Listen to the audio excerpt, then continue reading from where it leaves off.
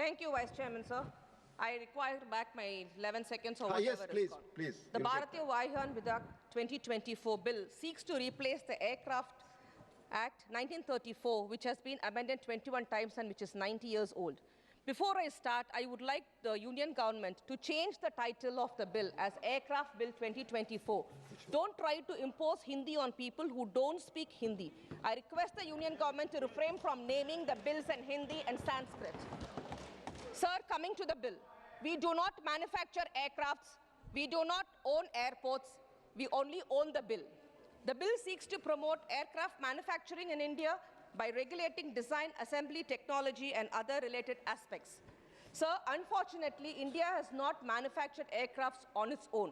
The slogans, Make in India, remains a slogan, and the Stand Up India looks like a stand-up comedy. The last 10 years of Modi BJP rule has produced a lot of slogans, but not of them remain as slogans only. Empty vessels make the most noise. Whatever promised by the Union government have not happened. India is still depending heavily on USA or France for the aviation sector. The bill gives the Union government the power to make rules for aircraft, secure the safety of aircraft operations, and investigate air accidents. Sir, from the beginning, the aviation sector remains with the Union government.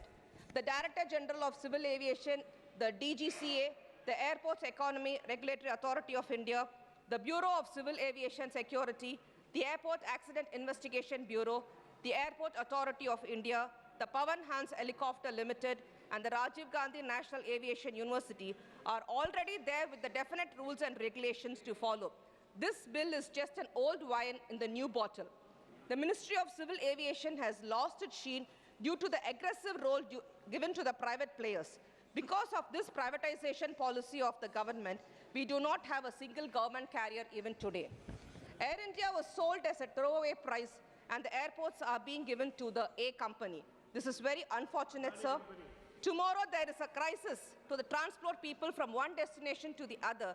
The government have to beg with the private airliners, which become the monopoly in the aviation sector. At the moment, only our President of India and Prime Minister are the two people who have the luxury of traveling by their own government aircrafts. All others are dependent on the private carriers for their air travels. So drones, they have become included, but the increased use of drones will raise new social concerns about privacy and surveillance. The Act does not provide sufficient safeguards. Drones are being used in several other areas like medicine, disaster management, land survey, and surveillance, as well as film and entertainment industry, and for the general documentation.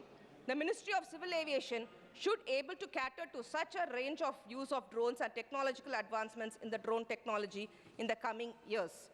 Sir, India do not have an international reputed flying schools except the Rajiv Gandhi National Aviation University, which needs a complete overhauling.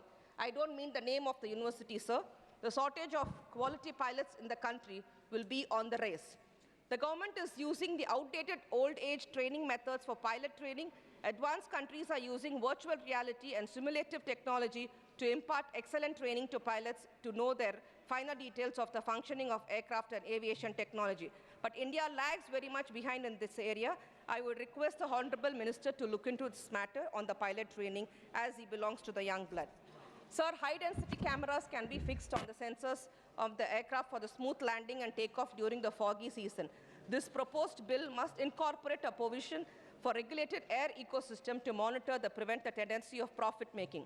Sir, at the moment, we need more airports and more airlines are required, but the worrisome fact is monopoly is going only to 2 to 3 people's hands, and 80% of the total air passenger traffic is only with the 3 companies. We all know what is the ill effects of the monopoly. I think ministers should look into this. Sir, another important issue is the dynamic airfare of the airlines, which makes life miserable for the common people who want to book air ticket for an urgent work. While booking tickets, it shows one fare. By the time we go, we get into another fare. Such is the design of the company in the systems. Sir, this doesn't happen with the railways, and it is not like a betting game like fixing the airfares. So this betting should be curbed.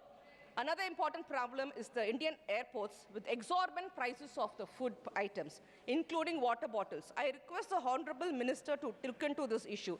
1 liter water bottle nearly outside costs 20 rupees, and inside the airport the same one costs around 100 to 150 in some airports.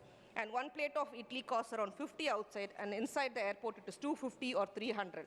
So the food courts inside the airport charge exorbitant prices where the common people are not able to reach. They have to think twice or thrice even before they have to quench their thirst and their hunger.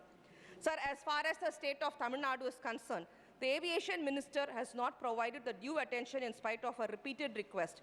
Tamil Nadu is the most developed state in the country, which attracts international and domestic passengers for multivariate reasons from business, trade, and commerce, medical treatment, pilgrimage, and tourist interest. At the moment, we have international airports operational in Chennai, Madurai, Tiruchirappalli, Coimbatore. Domestic airports at Thoothukudi. The airports at Salem, Vellore, Neyveli are not utilized properly by the Civil Aviation Minister for its potential. So Tiruchirappalli, Madurai, Coimbatore, more connectivity is required. More so Tiruchirappalli, which was recently inaugurated with such a huge space, we require direct flights from Trichy to Delhi to connect many people, sir. Our Honorable Chief Minister of Tamil Nadu, Talapati MKStalin, has announced the desire for Tamil Nadu government to establish an international airport at Hosur. The union government should take up the matter immediately to take all possible steps to establish an international airport at Hosur.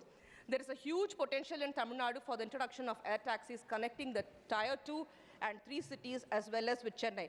Therefore, I request the Union Minister of Aviation to take necessary steps to operate the air taxi services in Tamil Nadu. Thank you, sir. Thank you.